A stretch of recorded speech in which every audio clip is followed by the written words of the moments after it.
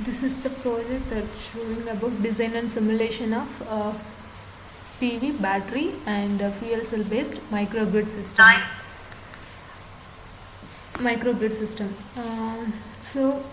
In this microgrid part, we have used three energy sources.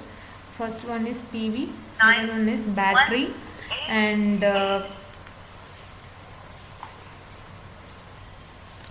second one is battery, and third one is fuel cell.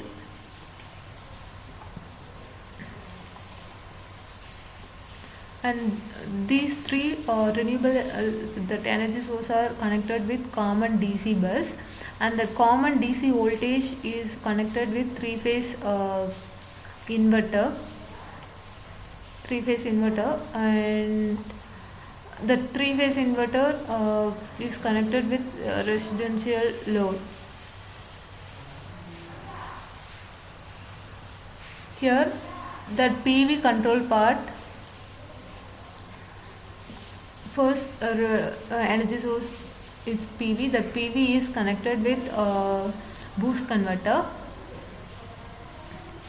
For that boost converter, we used one switch. For that boosting switch, we used pulse width modulation from PSO MPPT technique. Just open this block. You can see the PSO optimization. That optimization duty cycle is connected with MPPT. Further, after the processing that MPPT, we can get finalized duty cycle. That duty cycle is connected with PWM technique. Then we can see the pulse modulation. That pulse modulation signal is applied to that boost converter switch. And here we can see that converter current and converter voltage. And the second energy source is battery. That battery is connected with two switch boost DC to DC converter. And here we can this is the input voltage of the battery, and this is the output voltage of the battery. So this is fuel cell. This is two switch DC to DC converter. Here we can see input voltage, and this is output voltage of fuel stack. And these three sources are connected with common DC bus. Then the DC voltage is applied to the three-phase inverter.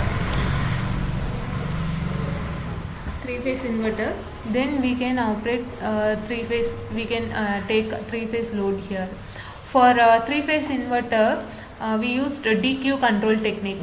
That means the three-phase AC voltage is converted into DQ form. After that, after the DQ form, we can edit DQ to again ABC. That ABC we can take reference for pulse width modulation, and we can get pulses to that inverter, three-phase inverter. And this is a filter which is used to remove the noise from that generated AC signals. And this is input voltage. That is what we are given in that in three-phase inverter. And this is a voltage of three-phase load. So this is a scope for input voltage of DC and three-phase output voltage of AC. In this scope we can see the both output representation. This is three-phase bus which is used to take voltage measurement and current measurement. This is a resistive three-phase resistive load. And this is 13 bus system. If you want to connect with this entire system in the 13 bus means the result will be different. You can see the difference here.